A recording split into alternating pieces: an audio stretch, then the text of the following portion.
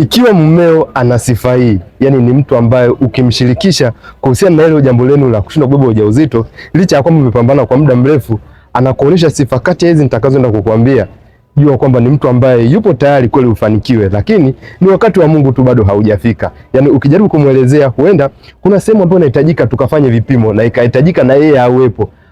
Tena ndio atakayokuwa anakukumbusha ile siku ambayo ulimwambia tarehe fulani. Huyo ni mtu sahihi kwako sana.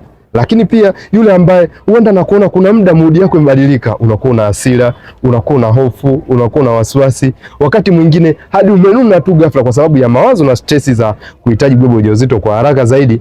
Huyo ni mtu sahihi sana kwako, na ikiwezekana muombe Mwenyezi Mungu aweze kumsaidia kwenye mambo yake yamwendee vizuri. Lakini kuna yule ambaye huwa yeye ndo supportive, yani kuna muda ambao huenda hata yeye mwenyewe akisikia kuna sehemu ambapo unaweza ukapata msaada, anaweza akakusimamia na akakusupport, basi huyo ni mtu ambaye anaweza akakufikisha katika sehemu yako ya kufanikiwa kubeba ujauzito. Lakini ikiwa kama bado mnaendelea kupambana kubeba ujauzito na bado imeshindikana, basi jitahidini kama wanandoa, liwekeni mbele za muweze kuwapa hekima, kwa sababu hili jambo linahitaji subira, linahitaji muda, lakini sio hivyo tu, linahitaji nyie wenyewe pia muwe na weledi wa kusubiri, kwa sababu itafika tu kama ilipofika kwa wanandoa wengine. Na ndio maana yake napenda kusema kwamba nipo nawe katika safari ya kuitwa mama.